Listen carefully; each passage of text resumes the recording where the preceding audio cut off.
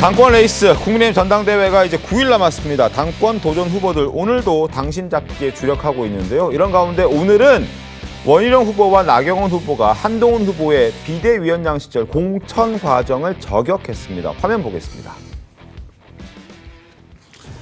원희룡 후보, 상향식 공천 제가 꼭 하겠습니다.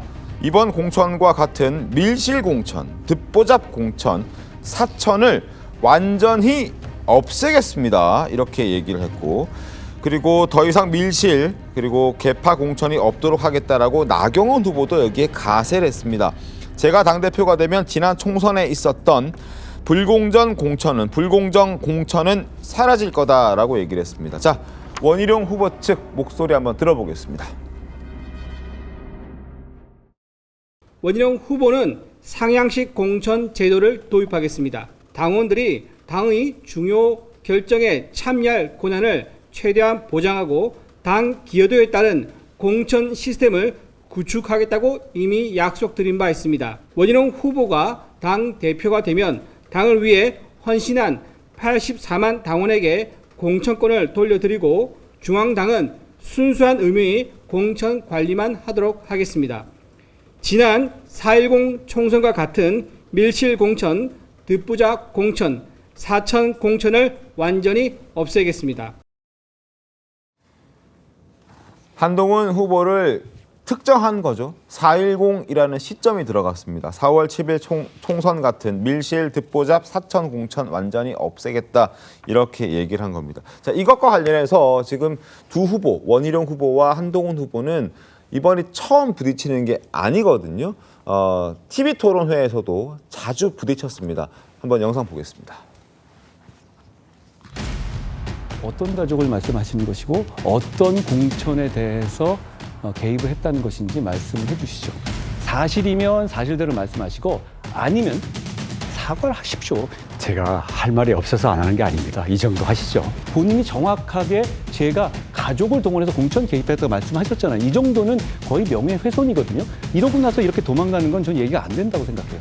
어제 선관위 원장과 우리 비대위원장께서 정말 그 정치 대선배들이 우리 네 후보를 놓고 거의 읍소하다시피 호소를 했고요. 자, 그러면 대해서 저에 대해서 하신 말씀, 그 비방 유지하십니까? 더 이상 언급을 안 하겠습니다. 여론조성팀 의혹, 사천 의혹, 김경률 금감위원장 추천 의혹, 3대 의혹이 사실이라면 어떻게 책임지시겠습니까? 이모 서기관, 전 서기관, 그리고 강모 변호사, 그리고 또 몇 현재 비례의원들도 계십니다. 이분들이 들어간 그 기준과 절차에 대해서 아무도 아는 사람이 없습니다. 김의겸 씨는 녹음이라도 틀었어요. 저는 원희룡 후보가 김의겸 후보보다 더 못한 것 같아요. 이 두 명과 제 처가 아는 사이다. 일면식이라도 있다. 제가 정계 은퇴하겠습니다.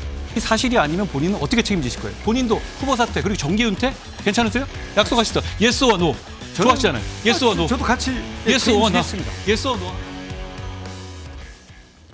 자, 저런 모습을 이제 보여주고 있습니다. 강성필 평론가님 어떻게 좀 보셨습니까? 그러니까 이제 보통의 그 전당대회를 보잖아요. 그러면 주류와 비주류의 어떤 싸움이거든요. 근데 지금 국민의힘에서는 주류와 주류의 이제 거센 대결이죠. 그런데 저는 개인적으로 이제 3자 입장에서 봤을 때 한동훈 당시 비대위원장이 김혜지 그러니까 비례대표를 재선을 이번에 하셨잖아요. 네. 이분을 재선을 시키는 거 보고 좀 의아하다 이런 생각을 했었어요. 왜냐하면 차라리 이분이 정부에서 장애인과 관련된 일을 하는 것이 국회의원도 한번 해보셨기 때문에 훨씬 더 많은 일을 할 수 있지 않을까라고 생각을 했는데 비례대표 재선이라는 건 상당히 이례적인 일이잖아요. 그래서 이런 것들에 대해서 조금 의아하다는 생각을 했었습니다. 하지만 또 그 이후에도 사실 주기환 국민의힘 광주시당위원장을 어떤 비례대표 순번에서 조금 트러블이 있었잖아요. 그래서 다시 대통령께서 얼마 몇 시간 만에 또 특보로 임명하시는 이런 갈등들을 보면서 국민의힘 비례대표를 선정하는 과정에서 갈등이 좀 있나 보구나는 예상은 했지만 결국에 이게 전당대회에서 서로가 서로를 공격하는 집안 싸움의 모습으로 표출되는 것을 보면서 저는 당원과 지지자들이 어떻게 생각하실까 많이 우려되는 상황입니다. 어떻게 좀 보셨습니까? 이게 공천 과정이 이거 되돌아보시면은 그때 초반에는 국민의힘 공천이 상당히 잘 되고 있다. 네. 시스템 공천이다. 반면에 민주당에서는 뭐 비명 행사 뭐 이런 이야기까지 나왔잖아요. 그 네. 비교가 됐었는데 후반에 약간 잡음이 있었습니다. 뭐냐면은 비례대표 공천 과정에서 네. 용산의 뜻이 용산에서 의정을 두고 있는 사람이 얼마 못 들어갔다. 그래서 이철구 의원이 그때 기자회견도 하고 있지 않습니까? 네네네. 그 비례대표 하나 있었고 하나는 막판에 저 우세한 지역에서 뭐 강남이나 대구 같은데 국민공천제라고 해서 갑자기 이제 그 도입을 했어요. 국민공천제. 아, 그래서 예. 5군데. 예. 예. 그래서 원희룡 후보가 뭐 덮보잡 이야기를 하는 겁니다. 그것 때문에 덮보잡 이야기를 하는 것이고 사천 이야기하는 것은 조금 전에 한동훈 후보도 이야기했지만 이 가족들이 뭐 개입한 거 아니냐. 뭐 그거 아직 정확 전혀 확인된 건 없죠. 그리고 어떻게 보면 장인이 진용구 전 검사장이 네. 그때 뭐 민주당으로 출마를 하려고 했다. 그 전에 이 조폐공사 유도 사건 이런 걸로 우리에게는 알려져 있지만은 그것이 이제 정치 세계에 있으니까는 뭐 개입한 거 아니냐 이제 이런 이야기를 하는데 이게 내부 경선에서 이게 과연 나올 이야기인가 저는 내부에서도 서로 검증을 해야 됩니다. 검증을 해야 되고 치열하게 해야 돼요. 네네. 그래야지 이제 당원들이 선택을 할 텐데 가장 근기시 돼야 될 게 뭐냐면은 내부 경선을 하면서 서로가 양쪽이 상처를 안는 거예요. 양쪽이 상처가 안는 건 뭐냐면은 다른 진영에서 공격을 할 수 있는 공격거리를 주는 거는 이거 금지해야 되거든요. 그런데 지금 조금 전에 또 나왔다시피 뭐 댓글팀, 네. 뭐 이런 거 예를 들어서 뭐 저 대통령 배우자가 댓글팀을 운영을 했다. 이거 확인되지 않은 게 지금 이 안에서 이야기가 나오잖아요. 그것도 법무부 장관이 조금 전에 뭐죠? 여론조성팀 이런 것은 민주당이 공격하기 아주 저 먹잇감을 투척을 하는 거거든요. 네. 그래서 저게 과연 저렇게까지 저 경선전이 그 치열한 게 아니죠. 저거는 거의 뭐 그 자해극 비슷한데 이 경선 끝나고 나서는 양쪽 모두에게 부담이 될 텐데 저걸 저는 지금이라도 저 양쪽이 다 자제 선언을 해야 된다고 봅니다. 지금 윤리위까지 나서 가지고 뭐 제재를 하려고 하는데 또 이의 제기까지 했었잖아요. 맞습니다. 지금은 절대 그럴 때가 아니라고 봅니다. 알겠습니다.